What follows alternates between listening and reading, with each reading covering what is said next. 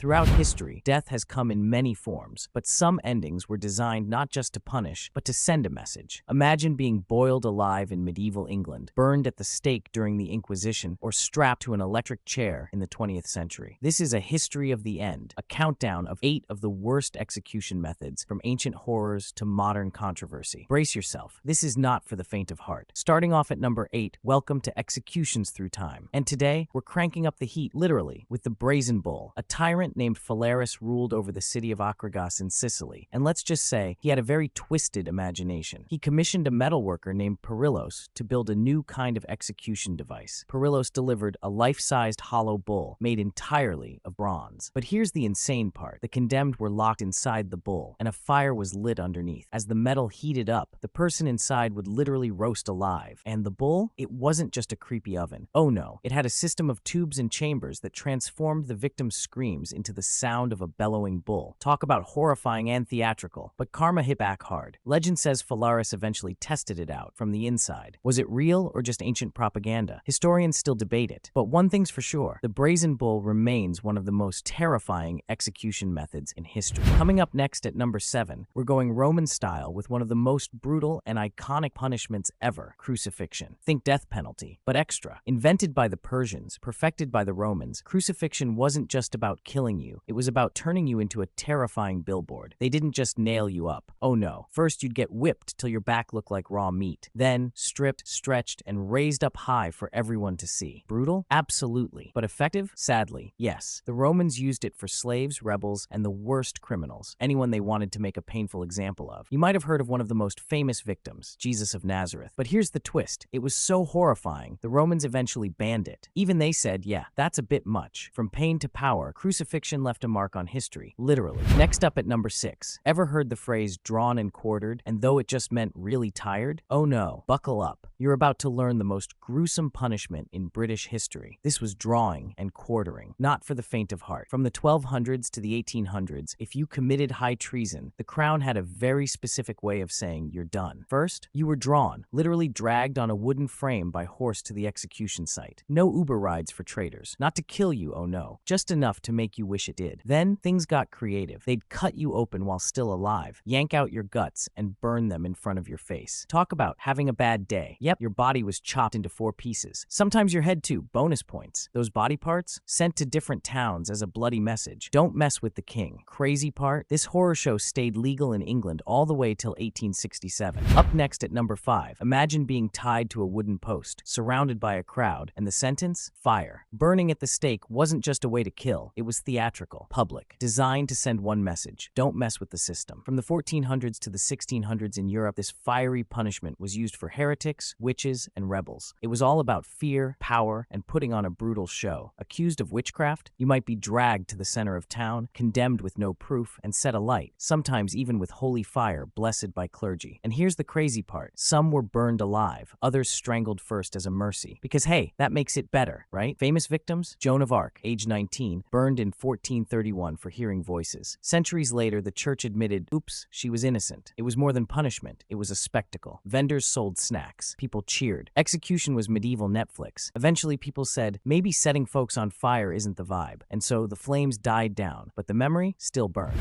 Halfway there. At number 4, ever wonder how a piece of wood, a blade, and a basket became the symbol of revolutionary justice? Let's talk about the guillotine, the French Revolution's deadliest celebrity. Ironically, it was invented to be more humane. Dr. Guillotine, yep, that's his real name, didn't create it, but he pitched it as a cleaner, quicker alternative to axes and swords. You know, equal opportunity execution. By 1792, the blade was falling in Paris. And boy, it didn't stop. Nobles, commoners, even a king and queen, all took the same final bow. Louis XVI, off with his head. Marie Antoinette, same fate. No VIP passes at the guillotine. The people called it the national razor. And executions, total public events. Vendors sold snacks while heads rolled. Yup, basically death in a show. It was designed for maximum efficiency. One quick drop and boom, instant death. Brutal? Yes, but for the time, oddly progressive. Shockingly, France kept using it until 1977. That's right, disco was in, and so was the blade. The guillotine wasn't just a machine. It was a revolution wrapped in steel, fast, final, and unforgettable. And that's why it's one of history's wildest executions through time. Next up at number 3, what's the deal with hanging? One rope, one drop, and centuries of deadly drama. From the 1700s to the 1900s, hanging wasn't just an execution, it was the execution. Fast, public, and terrifyingly effective. Well, most of the time. In 18th century England, people treated public hangings like free theater. Bring your family, pack a lunch, and watch justice drop, literally. But here's where it gets wild. There wasn't just one way to hang someone. There's the short drop,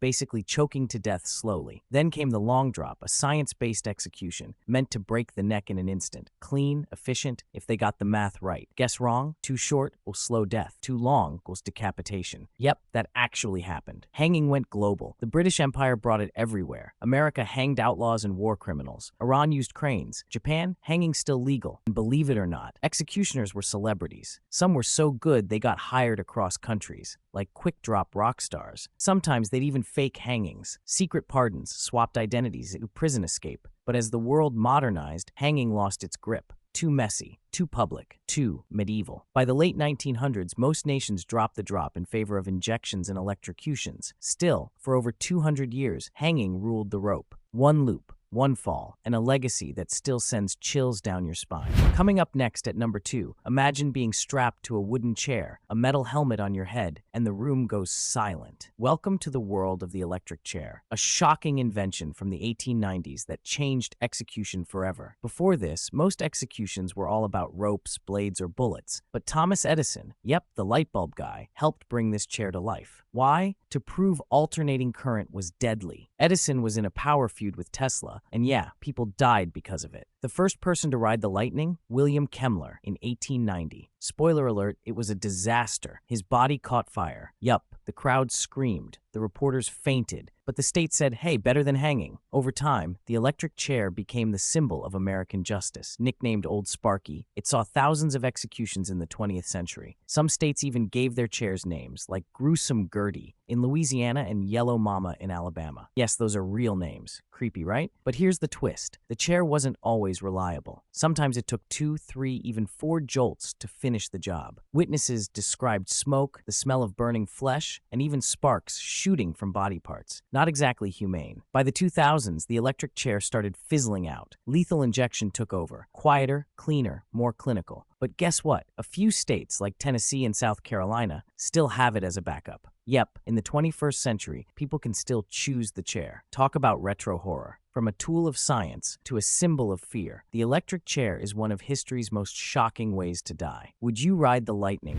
At last but not least, want to know how modern society made death clinical? Let's talk about lethal injection, the high-tech execution that began in 1977 and still sends chills down spines today. It's the late 70s. While the world grooves to disco and debates Star Wars versus Star Trek, Oklahoma decides the electric chair is a bit too fiery. So they cook up a new idea. Why not use medicine to do the job peacefully? You know, like putting someone to sleep. Forever. The recipe? 3 drugs. First, sodium thiopental to knock you out. Second, pancuronium bromide to paralyze. And third, potassium chloride to stop the heart. The whole thing takes under 10 minutes. No smoke, no screaming, just silence and a pulse that fades. The first person to get the needle? Charles Brooks in Texas, 1977. Since then, over 1,300 people have taken the same final nap. But here's the twist. It's not always smooth. Botched injections, wrong doses, people waking up mid-procedure? Yep, it's happened. And doctors? Most won't help. Because, you know, Hippocratic Oath. Today, drug shortages have made the whole thing even messier. Some states are even turning back to firing squads. So is this the most humane execution ever, or just science in a lab coat pretending to be mercy? You decide.